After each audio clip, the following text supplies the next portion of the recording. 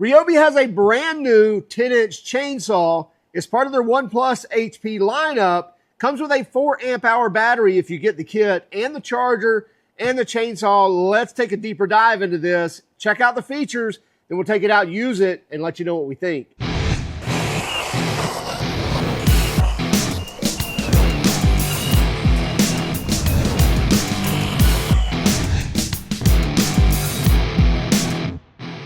The model number on this is the PBLC W01 and K for the kit. And as we mentioned, it's a 10-inch. Maybe we didn't mention yet.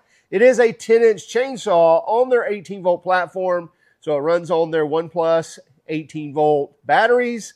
And any of their batteries will work. Obviously, the high-performance batteries are going to work better, especially on your HP tools. This is a HP tool. Now, they've had an HP chainsaw before. However, this is a step up in performance. We're supposed to get 70 cuts out of a 4 amp hour battery. Now, what comes with the kit is the chainsaw, the charger, and an 18-volt 4 amp hour battery. This is actually an Edge battery. The Edge battery does not come with it. The one that comes with it's on the charger. It is an HP 4 amp hour battery, but it's not an Edge. So if you see this one sitting here, don't think this comes with it. Specifics on this chainsaw: 10-inch bar, 10-inch chain. It's actually a 40 link chain. It's a Y40 043 chain. Specifically, it's a 3/8 pitch 043 chain, and Y40 means it's a 40 link. The Y is probably some indication of the type of chain or something, but you should be able to find the chain from Home Depot and RYOBI, but also probably from Oregon, maybe some other makers as well.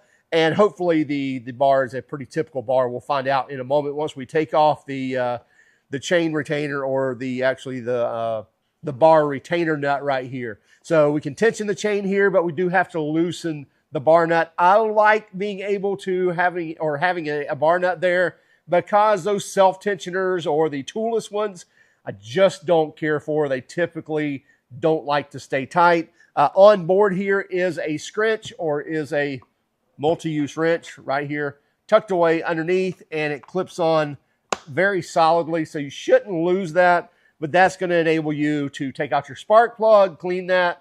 I'm just kidding. There's no spark plug on here if you didn't know. This is going to be able to handle your bar nut, as well as the screwdriver end will handle your tensioning of the chain. We'll go over that here in a few moments. Now, even though we have a 10-inch bar and 10-inch chain, the usability of this, and we actually looked at the bucking spike side, but they're claiming 8 inches. You probably actually get a little more use than 8 inches. We're looking at like 9.5 from the body of the saw to the tip of the bar. You really shouldn't be using the bar all the way out here, so that's why they're saying 8 inches of usability. Now, on this side, we don't have any bucking spikes, but over here, you can see we have some metal bucking spikes there. We like to see that as well, even though it's a small saw. If you're going to have bucking spikes, you might as well make them metal, because the plastic ones mean very little to nothing.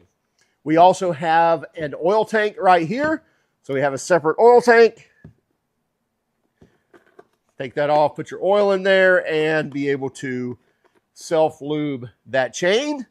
Always recommend that, and always recommend putting oil in here. Run the saw for a few seconds, maybe 20, 30 seconds, till you actually see oil start slinging out the saw blade, and then you're ready to cut. Now, safety mechanisms on board here. There is no on or off, okay? So basically, once you slam a battery in here, it will pretty much be active. So I'm going to put a battery in, and you'll see here, if I go to just pull the trigger, that does not work, okay? So we have your dead man switch or your safety switch right here. So I have to pull this back and then engage this. And you see, if I do that with my brake forward, I get nothing. So we've got like an electronic cutout as well as a manual brake as well. So when we sling that forward, we've got a manual brake holding the chain, and we've got an electronic cutout that's not allowing that motor to even try to go when that brake is forward. Let me pull this back. And now, again, if I pull this back and then pull the handle, then we're going to actually see some chain movement. And that's not, there's a small delay. So maybe 1/10 of a second. It is noticeable, but it's not that noticeable at all. We've seen others that are much worse, but pretty quick and pretty quick up to full speed. 1001, yeah, so we're almost at top speed in just a second, so maybe a second and a half we're going to be at top speed. We do not know what top speed or chain speed or RPM is on the clutch or on the chain, or we would definitely share that with you. Let's pull this battery out, and let's go ahead and take off our cover here. So we're going to take off our cover, and again, we can use our scrunch to take that off. Also, it should be a 13 millimeter or maybe even a 1/2 inch will probably work as well. So use a ratcheting wrench or a ratchet or socket or whatever. That's going to be 13 millimeter. And I'm liking what I'm seeing here. That right there. So we have a retaining nut here that's not going to be lost from the cover. So you can see that the nut is captive. So even when you pull that all the way off and you need to blow all this out, clean it up, remove the chain, flip the chain over, you're not going to lose that bar nut. So really like that. So just one bar nut, but should be fine on a 10-inch saw like this to be able to keep things tight as well as be able to adjust. This is a plastic cover, and the plastic is handling the friction on the chain as well. Looks like you kind of get a little friction or a piece of rubber or something hard right there that's going to be able to grab onto that, onto the bar. In addition to, there is a metal cylinder right here as well that's giving additional strength right there for that retaining nut. Now, let me give you a little advice here with chainsaws. Chainsaw bars and chains are chainsaw bars are meant to be run upside down or right side up. And I would recommend every several times you use these to flip the bar over. And what that's going to do is going to keep the tip of this bar from wearing out. And a lot of times they'll actually flare out, especially if they're not run well with oil and they overheat. And so highly recommend flip the bar over every other time you use this thing. And that's going to keep that bar nice and fresh. It'll also keep that chain from, wearing too quickly. So again, highly recommend. You'll get longer life out of this if, every other time you use this, let me loosen this up just a touch. So I'm loosening up the tension, and I'll take this off, and you'll see I don't want to flip my blade over, but I will flip my bar over, and it's still going to work just fine. You see, everything's kind of ambidextrous on this bar. Now, I do see some stuff up here. I don't know if there's accessories you can buy, and maybe that's not ambidextrous, but I will show you down here at the base of this.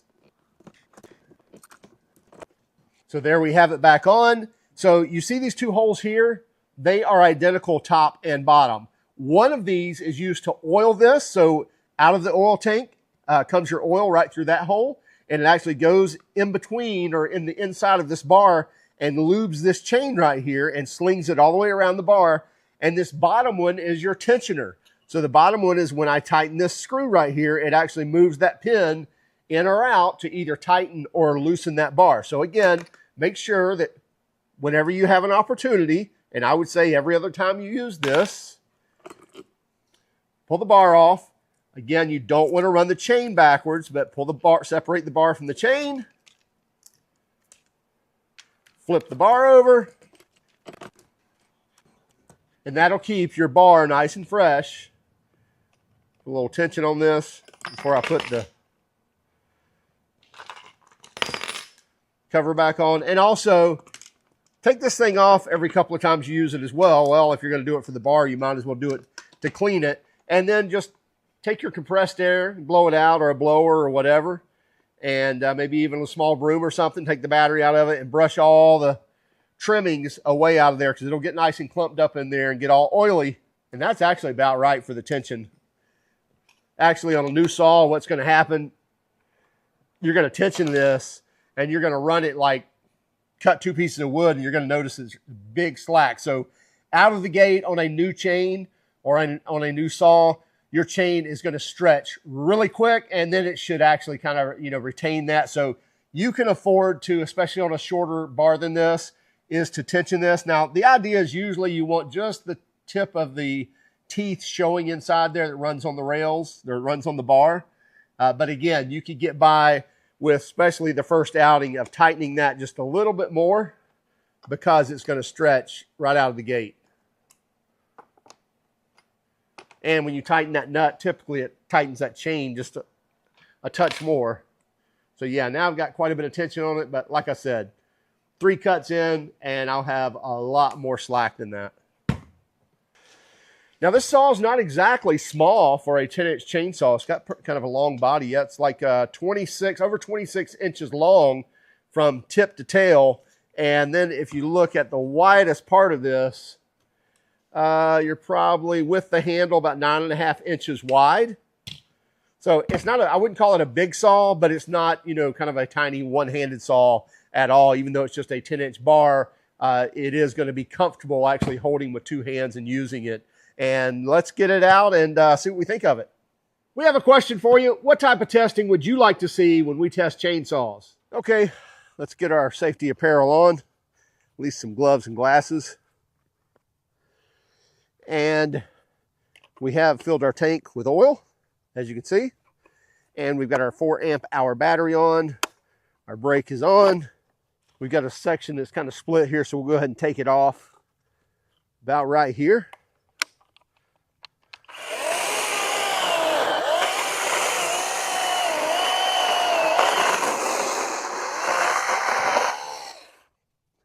You see this is about 6 inches, right at 6 inches in diameter. So about perfect for this saw. I don't think you want to be cutting much more than that. Now, if I bite with the bucking spikes, I can definitely stop this saw. And for an 18-volt saw, I would not expect anything different.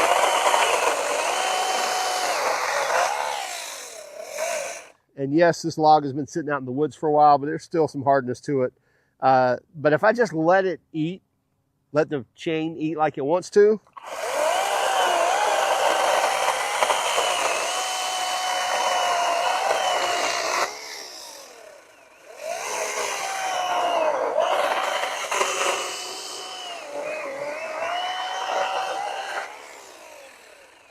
it's not too shabby at all.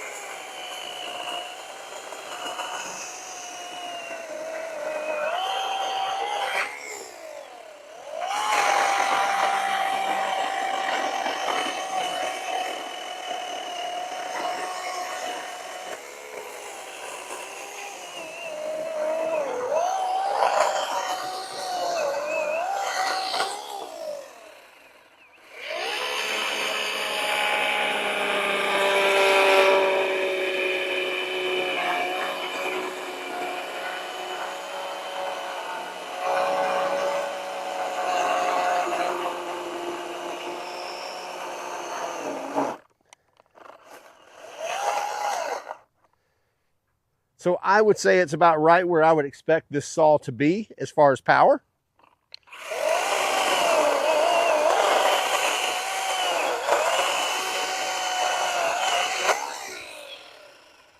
And for where I would see this saw is yard cleanup, storm cleanup. So this is a 4-inch limb or tree, and I think this would be perfect sizing for something like this. I think the 6 and 8 inch is going to be right at the top of where you'd want to be with this and not making too many of those cuts. But a 4-inch like this will be right in its wheelhouse.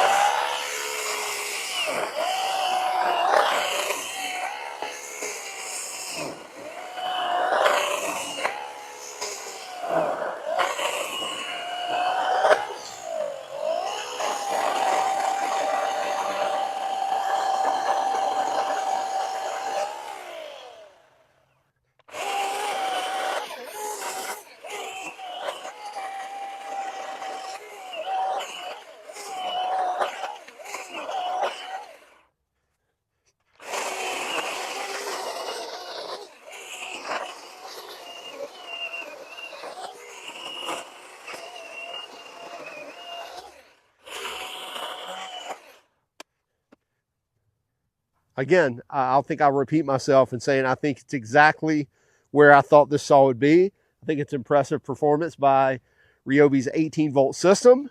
I think pricing is good on this, which we'll cover here in a few moments. I think it's got a nice body to it, so it's easy to control. It's not too small. And I think it's going to handle 4- and 6-inch stuff with ease. Not trying to overpower through it, but it still has enough power to eat through it. When you get to your 8-inch and larger logs, you're going to have to take your time. But again, for a homeowner that's cleaning up, or maybe even that professional that has this on the truck as an electrician or a contractor, or even like a bush mechanic, something like that, to clear things out of the way when you need to, it's great. You don't have to worry about oil and gas as far as running it. Of course, you want some oil for cutting, but other than that, slap a battery in it, pull the trigger, and go to town. Now, as we mentioned, we ran the 1+ HP 4 amp hour battery that came with the tool. We did not run the Edge that was sitting up here. And just so you know, we're showing half a battery, and we made about 40 cuts. They're claiming 70 cuts. I don't know. They probably tested in 4x4 post or something. And so we're roughly halfway through the battery with about 40 cuts, maybe like 37 cuts would be total.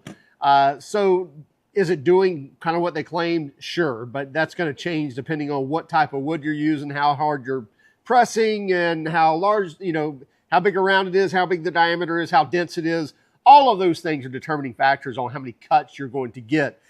Bottom line is, one battery should be able to do quite a bit of storm cleanup, because that's what this saw is really, in line with.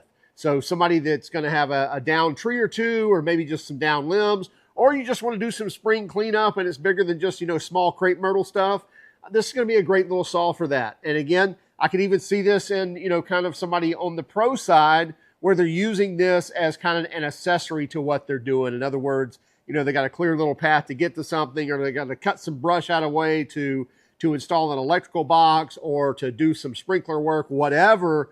It's a great saw to do it with, because you're on the 1+ HP or 1+ 18-volt platform. So if you're already in the RYOBI ecosystem, then you're definitely going to probably have more batteries, and you can always have one on charge, throw it in the saw. As long as you got oil going on the blade, then you'll be fine. Let's take a look under the cover after making those cuts. And by the way, we have the battery out, and you'll see we've got a lot less tension on the chain now, a lot more slack in there after making those cuts like we talked about. You're going to get some chain stretch after that initial use, and really after those first couple of cuts. So you can get by with adding a little, tightness to it initially, or if you just want to do it correctly and then tighten it up after a few cuts, you can do that as well. And you can see how you're going to get some junk in here. So you can see the oil is going with the sawdust and going to make a nice gooky mess. So doesn't matter what kind of chainsaw you have, that's going to happen.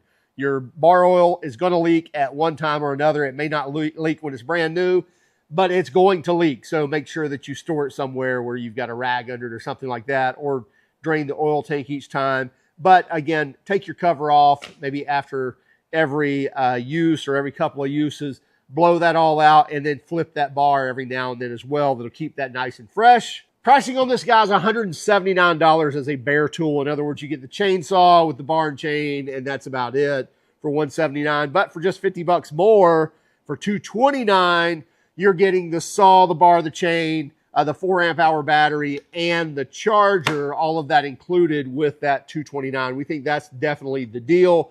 Should be able to get these at Home Depot or homedepot.com. We will have a link in the description. Also, let us know what you think about this tool, and also keep track of us on Instagram, Facebook, Twitter, and even TikTok. And if you don't mind, hit that like and subscribe button if you haven't done so already. And by all means, if you hated our video, then give us a thumbs down. But let us know in the comments why. Have a great day. Keep smiling.